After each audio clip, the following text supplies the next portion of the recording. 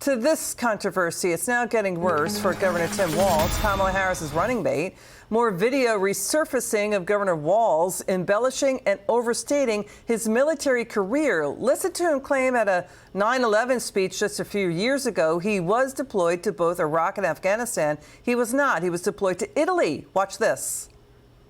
I had the privilege of serving in this state's National Guard. I stood one night in the dark of night on the tarmac at Bagram and watched a military ramp ceremony. I can tell you this, having been one of those that came back, we were in support of OEF, but sitting in there with OIF veterans. Okay, big pushback against that. He wasn't deployed to Afghanistan or Iraq. Plus, Bagram Air Base is in Afghanistan, not Iraq. Let's welcome to the show National Security Advisor to Mike Pence, a decorated military veteran. He served in multiple combat zones. He's retired Lieutenant General Keith Kellogg.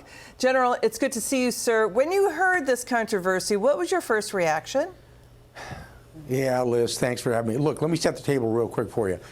I was fortunate in service to the nation. I commanded the Army's 82nd Airborne Division. And I had sergeant majors, command sergeant majors, master sergeants, first sergeants, a bunch of them with me all of the time. And they were the glue of the organization, not officers, because officers came and went every couple of years. It was sort of like Christmas help. But the NCOs were binary. It was yes, no, up, down, right, wrong. They were the ones who ensured that the discipline was in the organization. So when you went to combat, the young men and women in your formations fought well and understood it. So they were really the glue that held an organization together. I'm not disparaging Walz's service. What I am saying is he implied some things that are just not true, and that he's gone to combat. That's the implications. And I will tell you very candidly, Liz, in the organizations I've commanded, either the 82nd or the 7th Infantry Division or units like that, the NCOs would not have tolerated that. They would have taken care of this. He would not have lasted 5 minutes in any organization I commanded because they would have seen through him. The man is a fraud when he says something like that. You never imply you've gone to combat. You either have or you haven't. You either fought or you haven't. And he hasn't, but he implies it. And that is so fundamentally wrong. And he campaigned on it. I mean, his military veterans are really upset by both of those things, right? Because, you know, generally, what you're saying is very important to military veterans and their families nationwide. I mean, he put out his own news release before his National Guard unit deployed to Iraq in 2005, saying he had no plans to drop out of the race and that he would serve. He has a responsibility to serve with his battalion in Iraq.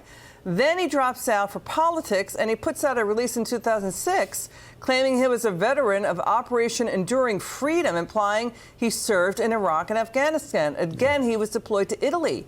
He also implied he carried weapons in war. He never saw combat. Watch Tim Walz's commander on CNN say he went around him to drop out and not deploy. Watch this.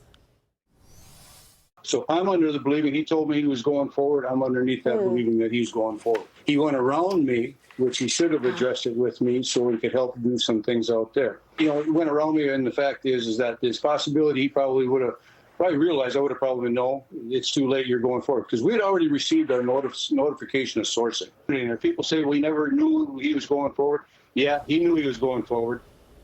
General, it looks like this controversy is not going away. What do you think?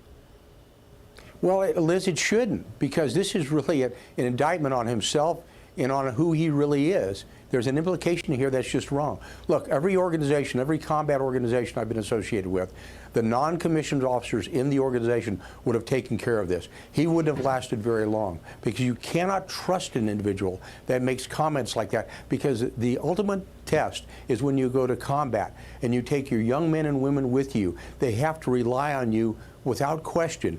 And he's the type of individual that I would not rely on. I wouldn't have him in my unit at all. General Kellogg, appreciate you so much in your service to America. Thank you so much for your insights tonight and joining us this Monday night. It's good to see you.